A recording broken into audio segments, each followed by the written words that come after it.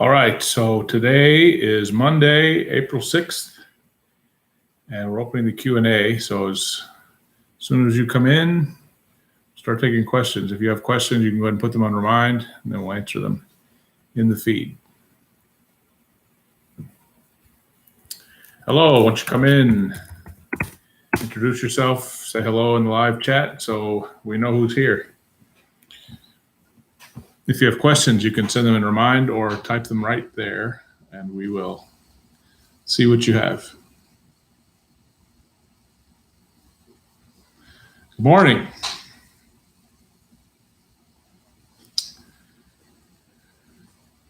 Good morning. How's everything going?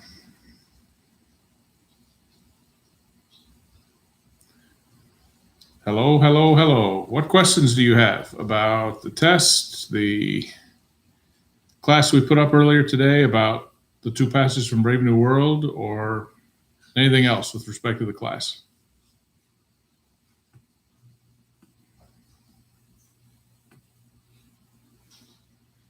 Any questions at all? I'm not seeing anything in Remind. What do you guys have today? Hello, hello. Good to see everybody here.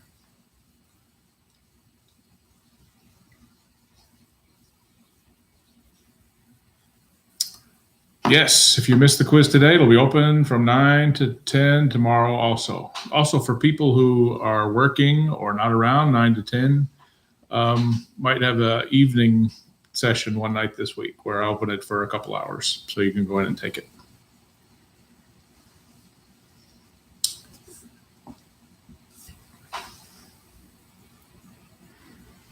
Other questions? Any questions about the passage from Brave New World today? Any questions about paradox or anaphora from the warm-up for today?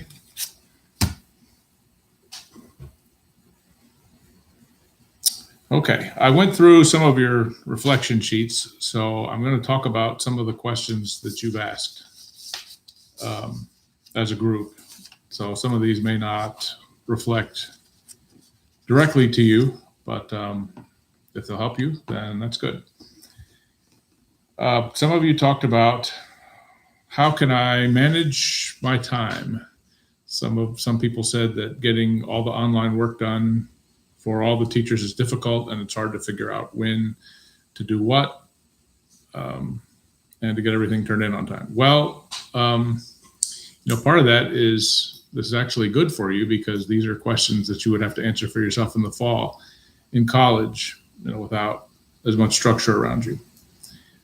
I understand that some of you, you don't have the internet, you don't have, not everybody that is a student at your house has a Chromebook, so you're working out, schedules. So that's going to take, sitting down with everybody and figuring out, okay, what time am I going to have the Chromebook? What time, am I going to be doing this? And making a schedule and getting after it. Now, I know a lot of you have other sources of stress. Your parents, may be laid off or off work, so that's a lot to deal with, and we understand that. But, if you're having, if you're running into problems, the best thing you can do is to let your teachers know, to send a message, say, hey, this is going to be late. I'm not sure when I can get this in, and teachers will work with you. And the same thing will be true, in college. I've had a lot of questions about timing strategies on the AP test. How is it going to work? Well, the test is everybody in the nation is going to take it at the same time. Obviously, you want to have a proctor saying 10 minutes left. So, but I haven't seen anything that says, obviously they can't take up your phones. So, if it were me, I might set alarms at different points. Like if the test starts at 1, set an alarm for 1:15 and 1:30. So, okay, I'm a third of the way done. I'm a third of the way through, I'm a third of the way through, 2/3 of the way through the test, or if you think, okay, I'm going to give myself 10 minutes to pre-write, then set an alarm, for 1:10, and then, help yourself out. So when the phone dings, it's time to do something else. or if you have a kitchen timer, but then it's kind of hard to get up and deal with that while you're taking a test. I don't recommend doing the test in your kitchen. I would hopefully be in a private space, get everybody out of a room for 45 minutes so you can do it. But as far as, how should you time the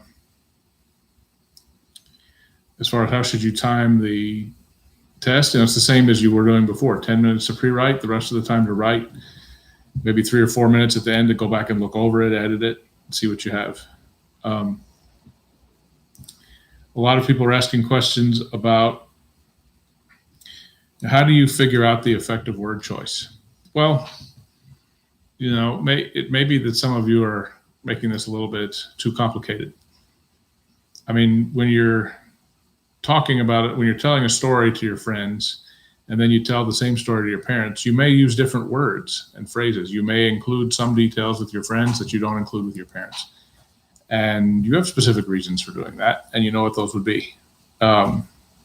Also, if you get called in and you've been caught in a fight, you're not going to say you punched anybody because, that's a ticket, but you might say you pushed somebody because, that's just pushing. So word choice can be,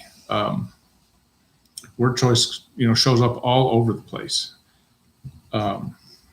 And so when we think about verbs, the difference between shrieking and saying. Well, shrieking is more vivid and it expresses volume and all those things. That's the word said is not. Some people have talked about you're concerned about dealing with Old English. And, the best way to get used to dealing with old school English is to take a look at it. If you go to the No Fear Shakespeare website, they've got not just the plays, but also a lot of Shakespeare's poems are in there. So you can pull those up and read them and read their modern equivalents. You can kind of get used to the way older English reads. And we'll be doing some activities in the class that use older English too. But the more exposure you can give yourself, the better. Let's see, what else? Finding contrasts and shifts. Well, we're not dealing with poems anymore on the test. We're just dealing with sorry, a second.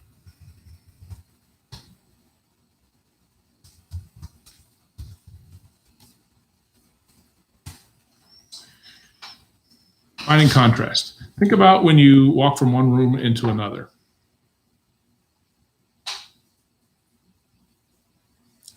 What's different? You walk from a kitchen into the den. Different mood, maybe?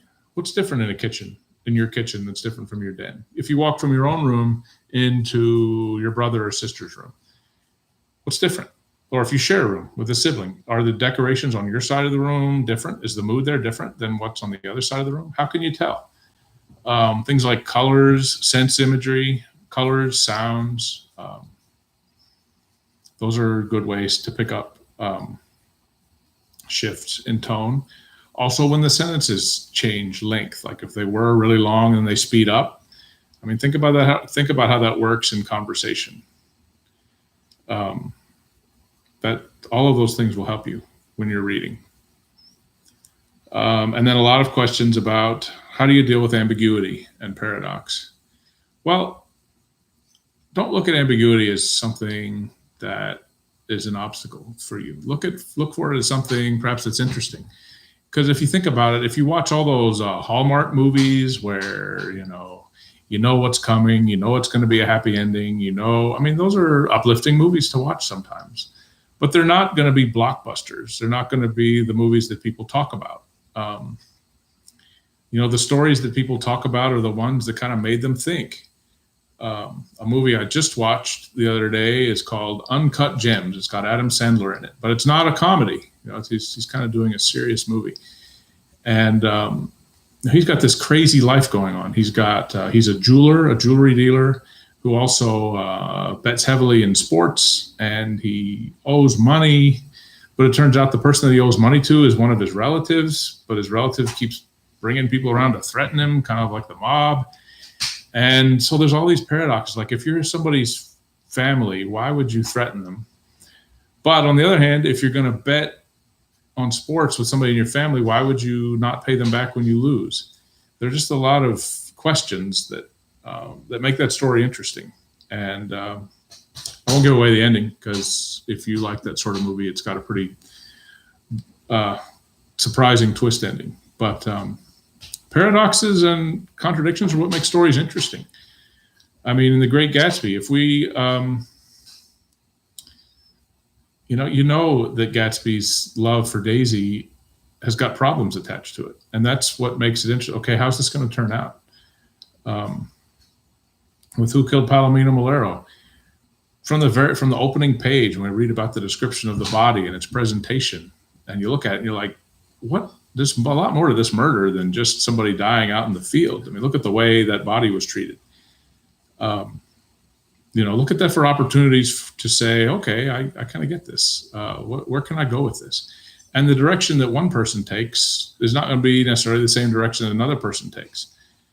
And that's what separates it from math and science.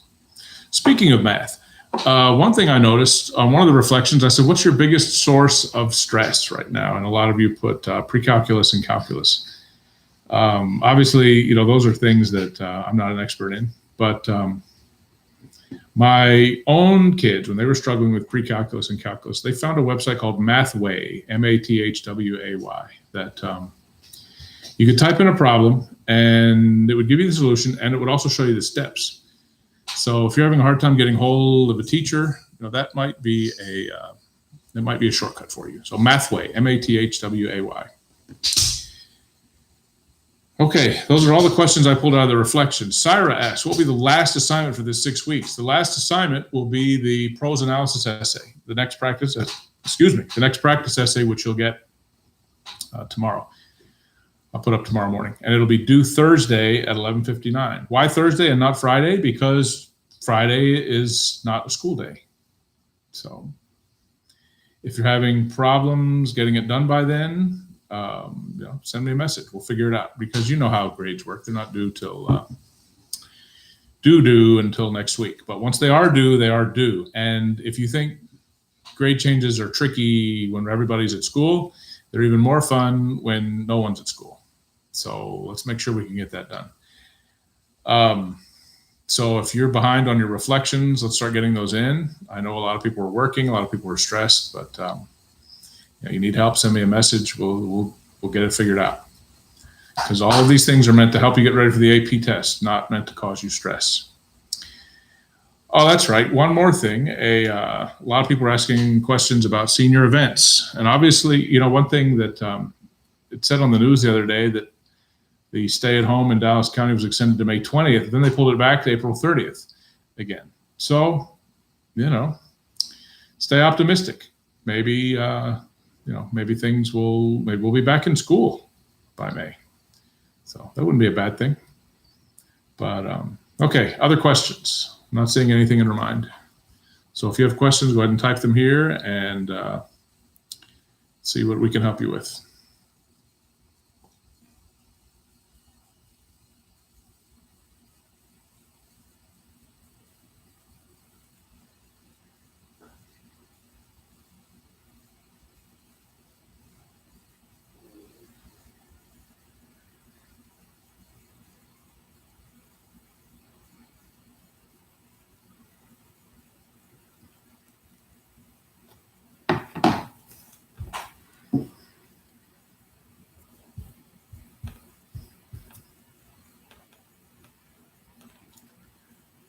All right, last call. Any questions at all?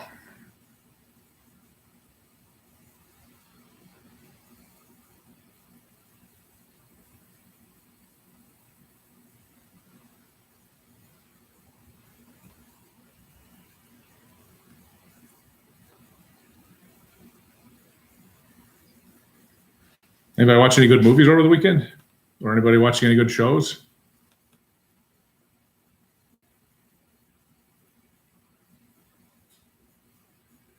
No, medals weren't there. Hold on.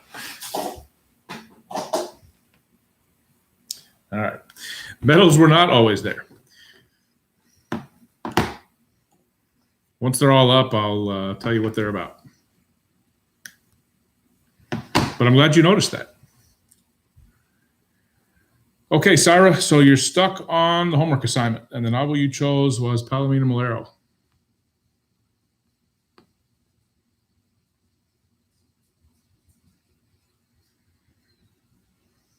Yeah, so what's the deal with Tiger King?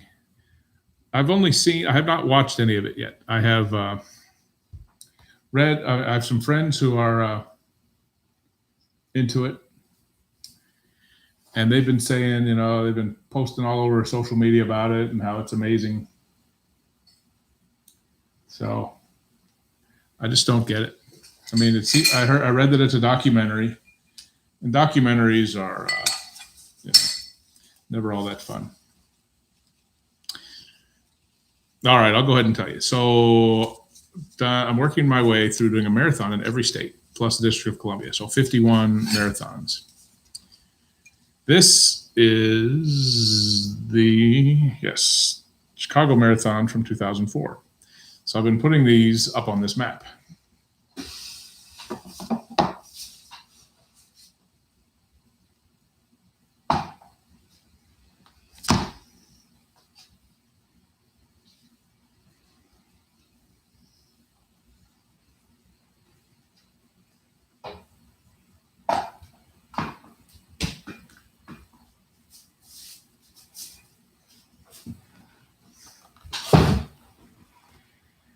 So once I'm done, they'll all be up there.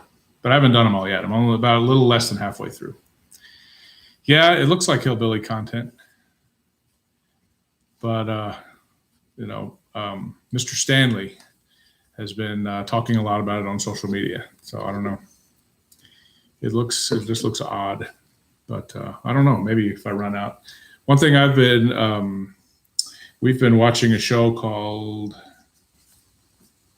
Home Before Dark. It's about this 9-year-old girl who's a reporter, and her dad's also a reporter, and they're uncovering all this from a kid who disappeared 31 years ago. Pretty good show. So, yeah, that, and then Uncut Gems is the last movie that I watched that was new. Syra, what else did you have anything else about that question? What are you stuck with on that homework?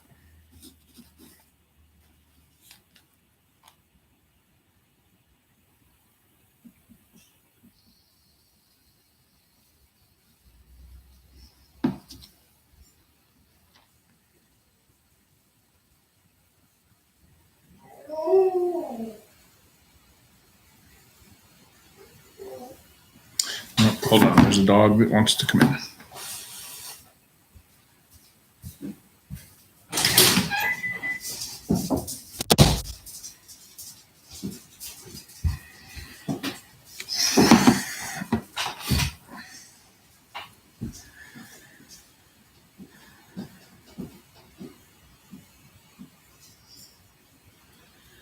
I think I would focus on Alicia. And the reason I would say that is I'm not sure that we have enough information about Palomino's adolescence in the book to write about it. But if you think you do, then go ahead, and we'll see.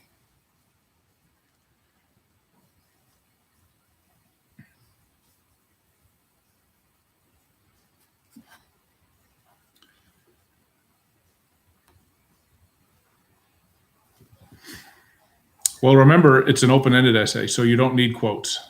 You only need to refer to things that happen in the story. The open-ended essay is not a prose analysis, so just refer to events, things that happen.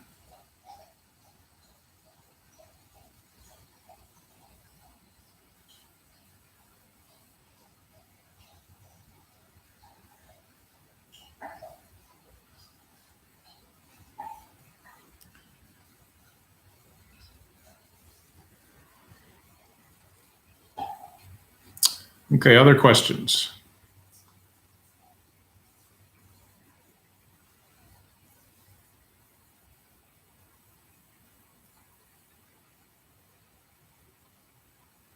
Oh, the puppy went in the other room. We'll have a little puppy show tomorrow. No, you just had to write the introduction, not the whole essay.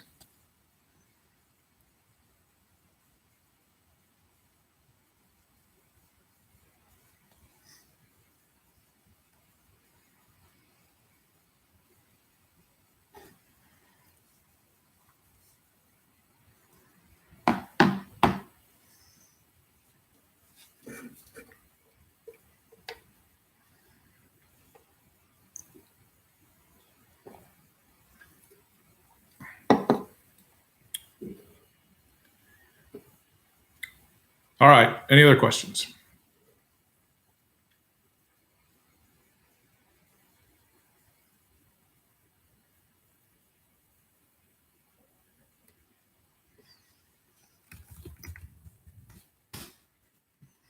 Okay, so 11 o'clock tomorrow, I'll go through the essay that you're supposed to write for Thursday. We'll talk about it, kind of break it down, and then have a Q&A at the same time.